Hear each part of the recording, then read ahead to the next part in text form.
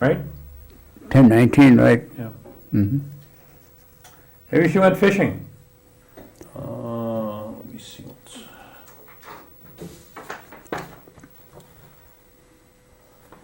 Amos, why don't you tell me your name? My name, Amos Christjohn. When were you born? I was born April 8, 1908. And where were you born? As far as I know, Oneida, Wisconsin. And that's, Okay, what's the name? Yeah. One thing, Amos, we want to have you look your best. Okay, good, sorry about that. I think that's the best he's going to look, right? Mm-hmm. All right, give me the names of your parents, your mother's maiden name. Well, my parents was, my dad was Amos Christjohn, and my mother's maiden name was Lucy Hill. Her folks was David O. Hill, and Melinda, her maiden name was Scanador. Them were my grandparents. And my other grandparents, my dad's folks was David Christjohn, and my grandmother's maiden name is Denny, and Louisa Denny. And she had lost her parents at an early age, so she was brought up by her, I don't know how, her older sister, but I didn't know how old she was. And she also had an older brother, but the way it sounds to me that her older brother, he was up in age, I would say, grown up, and he also had a son by the name of Joshua Denny. And across the road here, her name is Lydia. Her, she had married to him, I think, and that their son, so that was my grandmother's brother.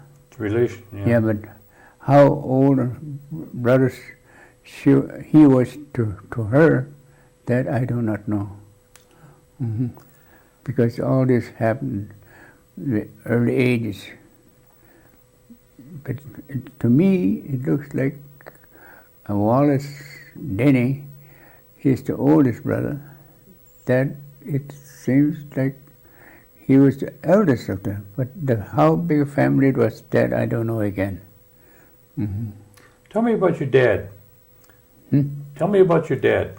My dad, in the early days, well, he married my mother now, and she lived, I don't know how them transportation used to get along, but she used to live towards Seymour, about halfway to Seymour, and they got acquainted somewhere or another.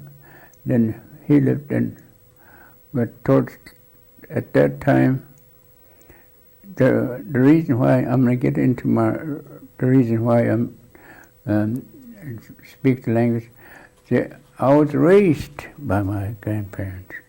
Me and my younger sister Maria and older sister Anna were raised there because in the early time there was some trouble going on in there. So the family broke up in that early stages. So that's when my grandparents took us over. And where did they live? Where John Nicodem lives now, but not... On the ridge? Okay. Where are we now? Yeah. And we went, on either reservation, just beyond the Oneida, from Oneida to Seminary Road, I would say about 2.5 miles from there. That's where lived, and our little home was just about, I would say, about half a mile from the house, from the main. See, we lived on my grandfather's land, and he had built a house for us in Westca for when my dad got married, off on the same land, only off in the Westca. And on the border of the next neighbor. What kind of work did your father do? Just common labor, work whatever he got. But there was too much work them days. Was clearing land, cutting brush, Then in winter time, them days just go out in the woods, up in timberland like in Yopita, where they cut them big logs and like that. Well, that was all seasonal work. Then during the summer, he'd come back and work for a farmer or somebody like that. And that went on for over the years.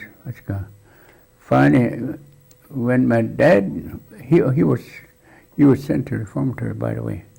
And by the time he got back out, then we went back to our our parents. They got back together. They got back divorced.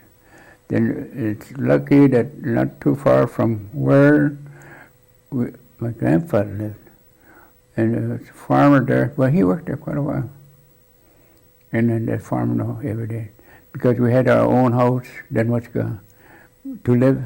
Then he worked. The farming days with them days, it was long days. Then they had to go. Well, them days, farming days was nothing but, I would say nothing less than 10 hours anyway. Then there we were, especially in the summertime when there's a lot of planning to do, was long hours yet.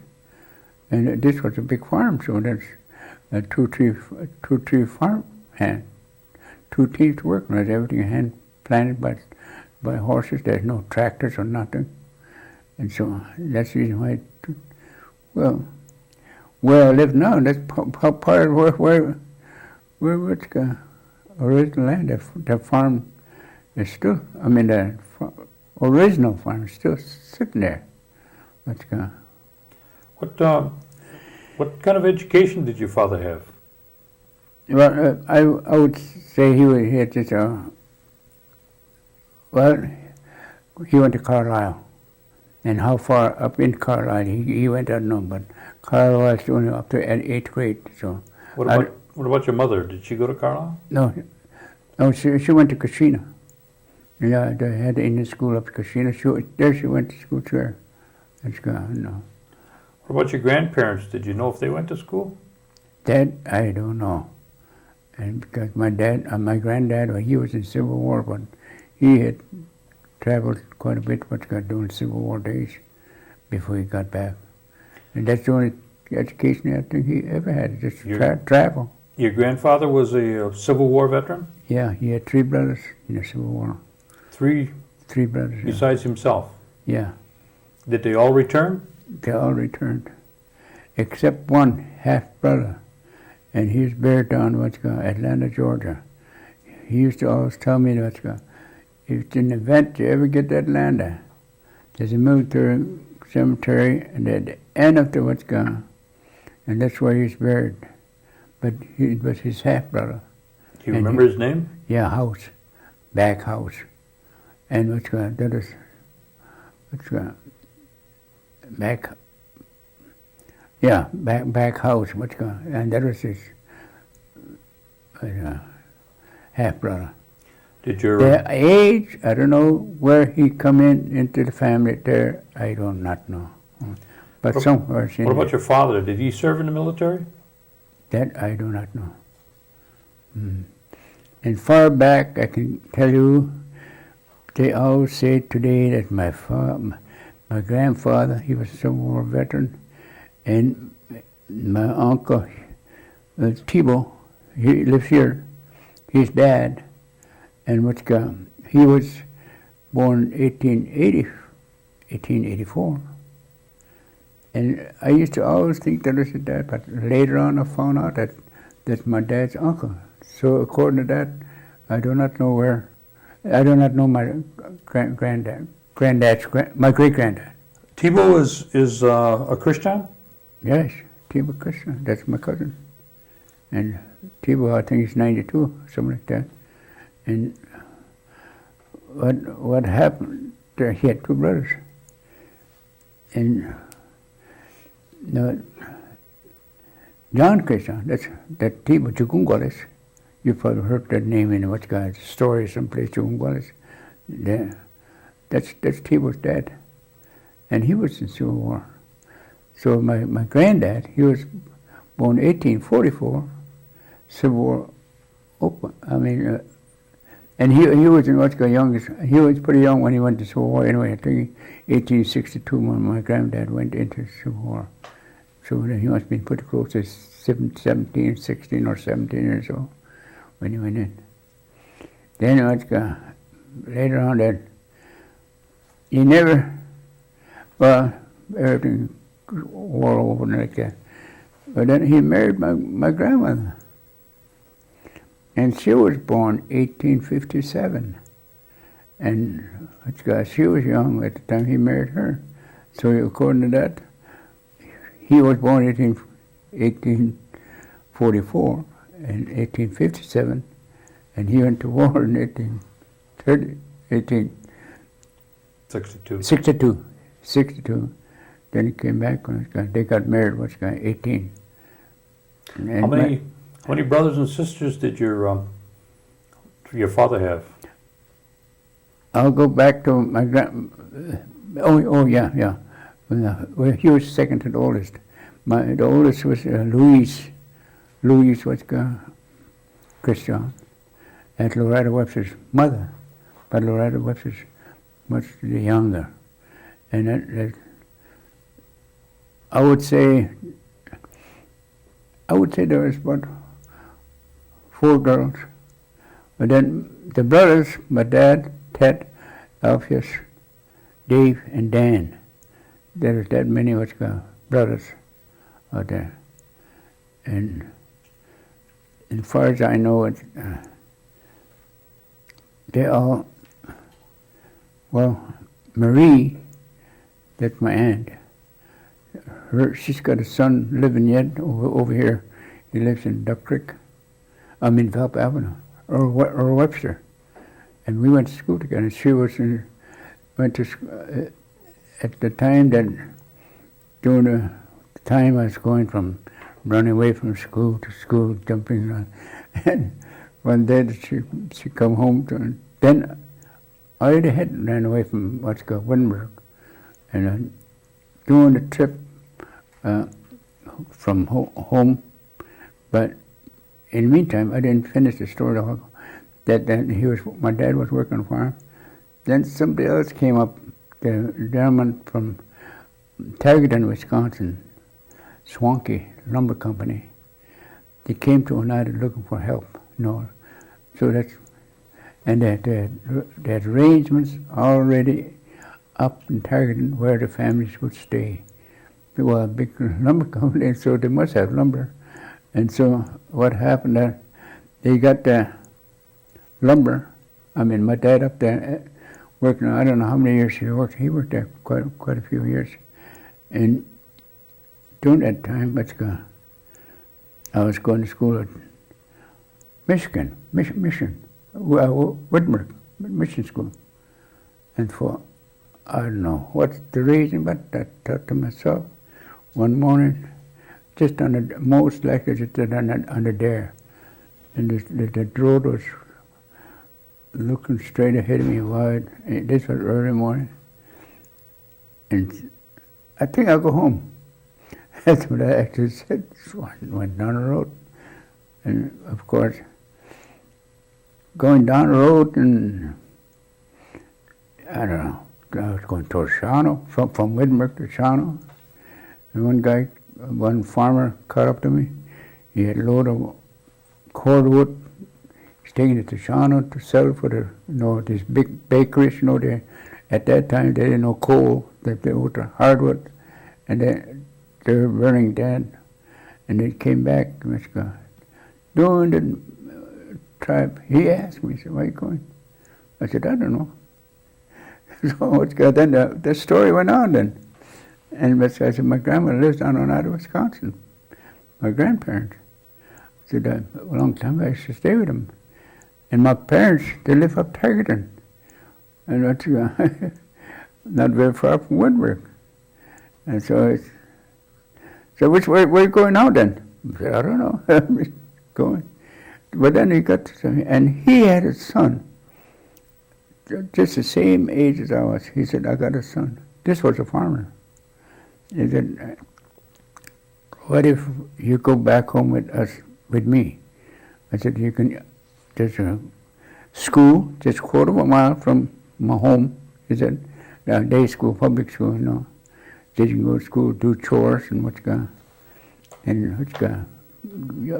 buy your clothing and stuff. I said, all right, but nothing else was said. Well, something happened. My aunt also was working at Wittenberg. She, in the meantime, thought, well, I must have went home to Targeton. Then she, at the same time, well, he also must have, because they really never really investigated, but that's the way the mind was assuming where I went. So anyway, a funny got out of that. Then in one fall, well, towards the latter part, my aunt that's Marie Webster, that's Earl Webster's mother. She was working at Mount Pleasant, Michigan, and she was a matron matron for the government school, just like all government schools. And she was girls' matron there, and her husband, he was a boys' matron. So that took me back long. So I couldn't run away from school anymore. And I looked at Lake Michigan and said, oh, that's too far to go swim. So you stayed in school? Too long strokes. So then they'd settle on. Well, in the meantime, there was a lot of activities at that grade then. Then I got interested in activities. They got into band, you can take up band, take up athletics. There wasn't too much athletics at that time, but it was only basketball. There was no baseball and basketball and football, yeah. That's what the only athletics there was. Which I liked it. If you join, it's okay. But then, for us, taking music concerned, which I liked, that took saxophone. Not baritone, E-flat soprano, one of them little ones. And I took that, and we had so many hours to do all that, then to fulfill our then after supper there was always some doing social, not social, I mean study period. Then in the meantime too, not only that, while going to school there, I worked in engineering course, well, early morning, I was selected to fire up early in the morning, get up 4 o'clock, get the boiler room, go fire up, and 6 o'clock I get relief, somebody else comes to take my relief. And that went on for a couple of years, Then what happened after that, I stayed with it. Then when I did go down Haskell, Okay.